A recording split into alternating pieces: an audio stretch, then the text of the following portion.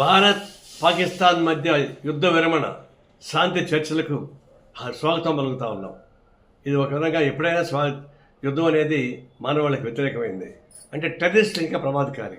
అందరూ టెర్రరిస్టులను అంతం చేయడానికి కావాల్సిన ఏర్పాటు చేయాల్సిందే. అది రేపు బయలేటర్ డిస్కషన్లో కూడా పాకిస్తాన్ భారతదేశ మధ్య చర్చల్లో కూడా ఎవరైతే పహల్గామ్లో దాడికి ప్లాన్ చేశారో ఆ టెర్రరిస్ట్ని వెనక్కి తీసుకురావాలా. ఎందుకంటే గతంలో బాంబేలో హోటల్ పైన దాడి చేసిన టెర్రరిస్ట్ వెనక్కి తీసుకొచ్చారు కదా, అదే పద్ధతుల్లో వీళ్ళని కూడా టెర్రరిస్ట్ కూడా వెనక్కి తీసుకోవాల్సిన అవసరం ఉంది.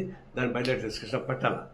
ఇంకొకటి, ఇప్పుడు శాంతి చర్చలు కొనసాగిస్తున్నాయి కదా, మరి ఒకప్పుడు నేను చెప్పిన దాన్ని నాకు నారాయణ పాకిస్తాన్కి పంపించాలని చెప్పేసి కొంతమంది బీజేపీ నాయకులు అవాక శాఖలు వాగారు.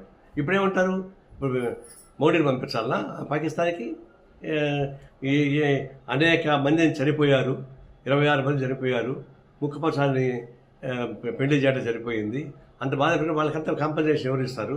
వాటిపైన ఎవరు బాధ్యత ఇస్తారు? మరి అవన్నీ లేకుండా ఎందుకు సీజ్ ఫైర్ అయ్యారు? ఎందుకు పీఓకి ఎందుకు ఆక్రమించుకోవడం రిసీవ్ చేశారు? ఇవన్నీ చూసినప్పుడు మీరు ట్యాక్టిఫుల్గా భారతదేశం అడ్డం పెట్టుకొని చేసే వ్యాపారం తప్పకుండా నాకేం కనపడలేదు. సిన్సియర్గా మేము టెర్రరిస్ట్ మీద దాడి చేయమని గట్టిగా చెప్పిన దానికి మమ్మల్ని అపార్థం చేసుకుంటారా? నేను తీవ్రంగా నిరసిస్తున్నాం. ఈ శాంతి చర్చను స్వాగతిస్తా ఉన్నాం.